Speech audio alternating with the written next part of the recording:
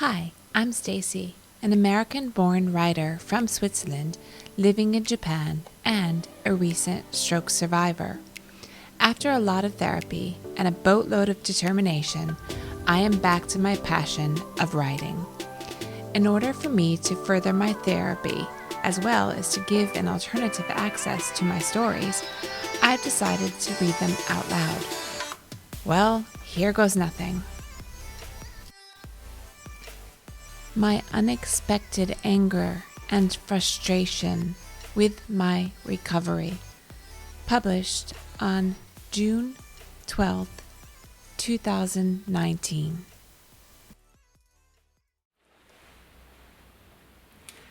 One thing I find exhausting, complicated, and sometimes really no picnic about my stroke, and yet the most rewarding aspect was my choice to rehabilitate at home. It was not an obvious choice, nor was it easy for me to wrap my head around it. Circumstances along the path of my recovery took an about face and sort of led down that windy and twisty road. At my stroke's severity level, and as I still needed 24-hour care, the doctors were quick to suggest a rehab facility. I remember the day like it was yesterday when I toured Tokyo's leading rehabilitation center. Johan and I were almost giddy with anticipation. Maybe I stumped you there, but here's the thing. When you are so many weeks in the hospital, the next stage, even if that stage is rehab, means that you've actually made it to the next stage. And that, my friends, is a moment, albeit brief, for celebration.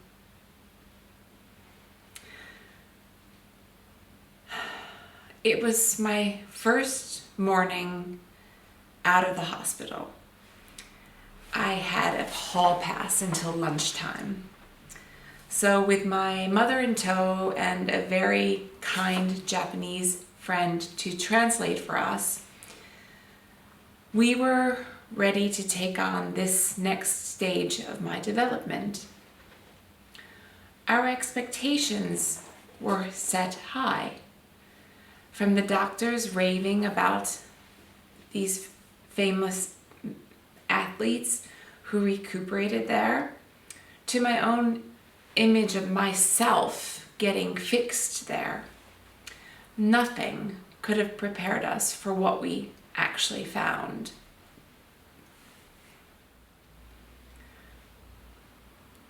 The sheer, breathtaking sense of despair of this day and the panic that ensued will haunt my memories for a long time to come. The patients were all seemingly locked in a jail for a crime which I can only assume they did not commit. None of them looked in any way happy. And in fact, I found them like zombies. I've really found it difficult to envision myself living side by side to these shadows. What I envisioned was something totally different. Not that there's anything wrong with it, because let's face it, we're all going to get old someday. But in my mind, I kind of pictured young ball players instead of people with the average age of 94. It was just really hard to see. There was no life, no joy, only people listlessly succumbing to their environment. Still, I persisted. We came around to the part of the tour which I was really looking forward to.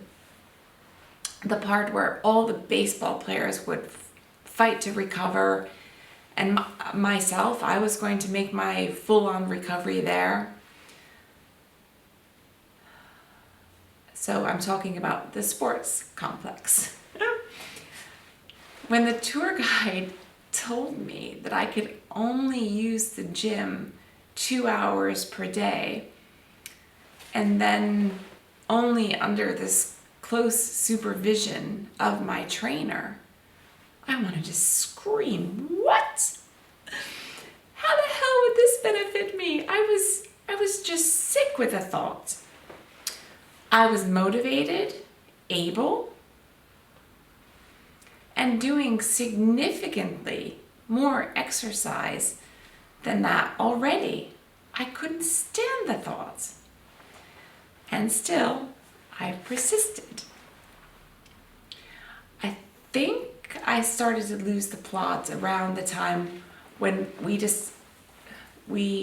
discussed what my daily life would look like.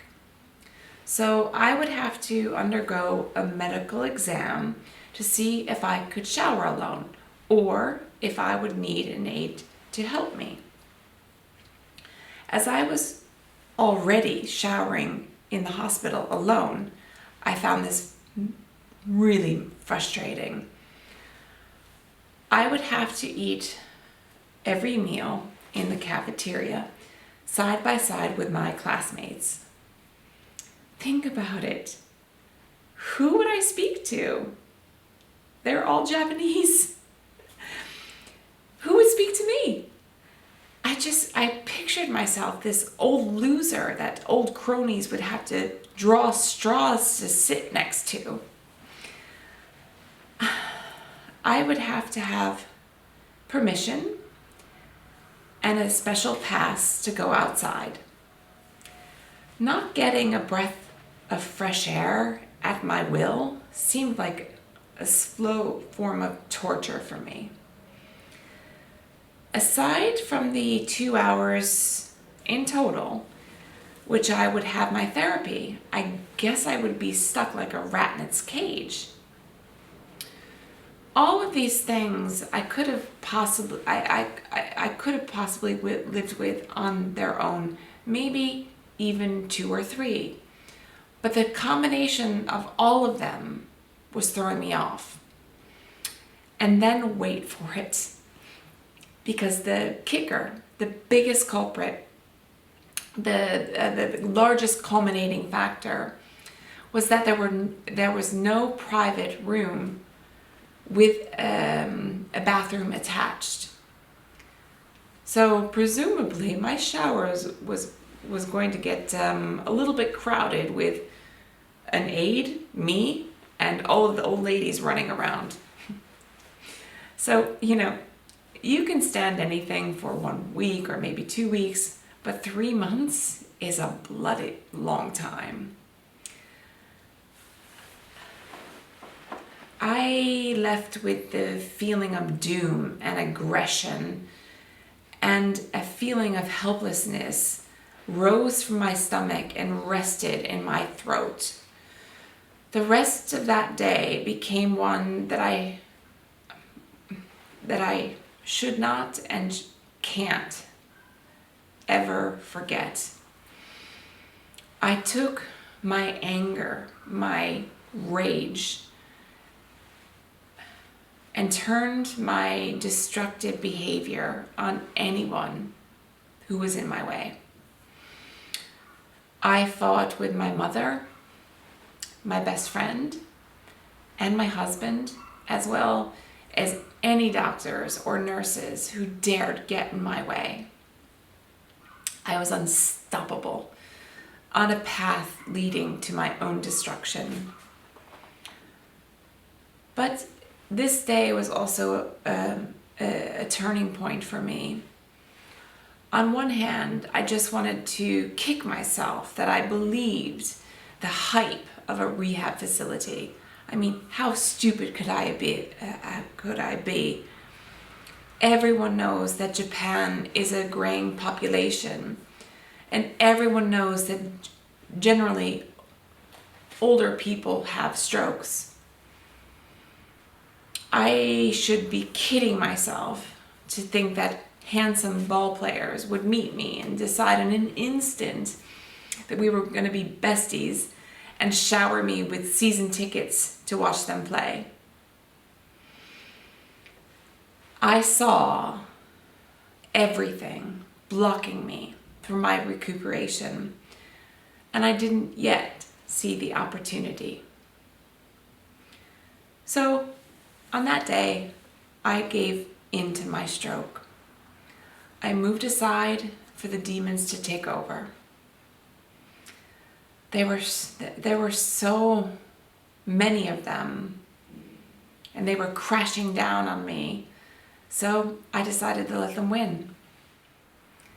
You see, someone might walk that same walk that I did that day.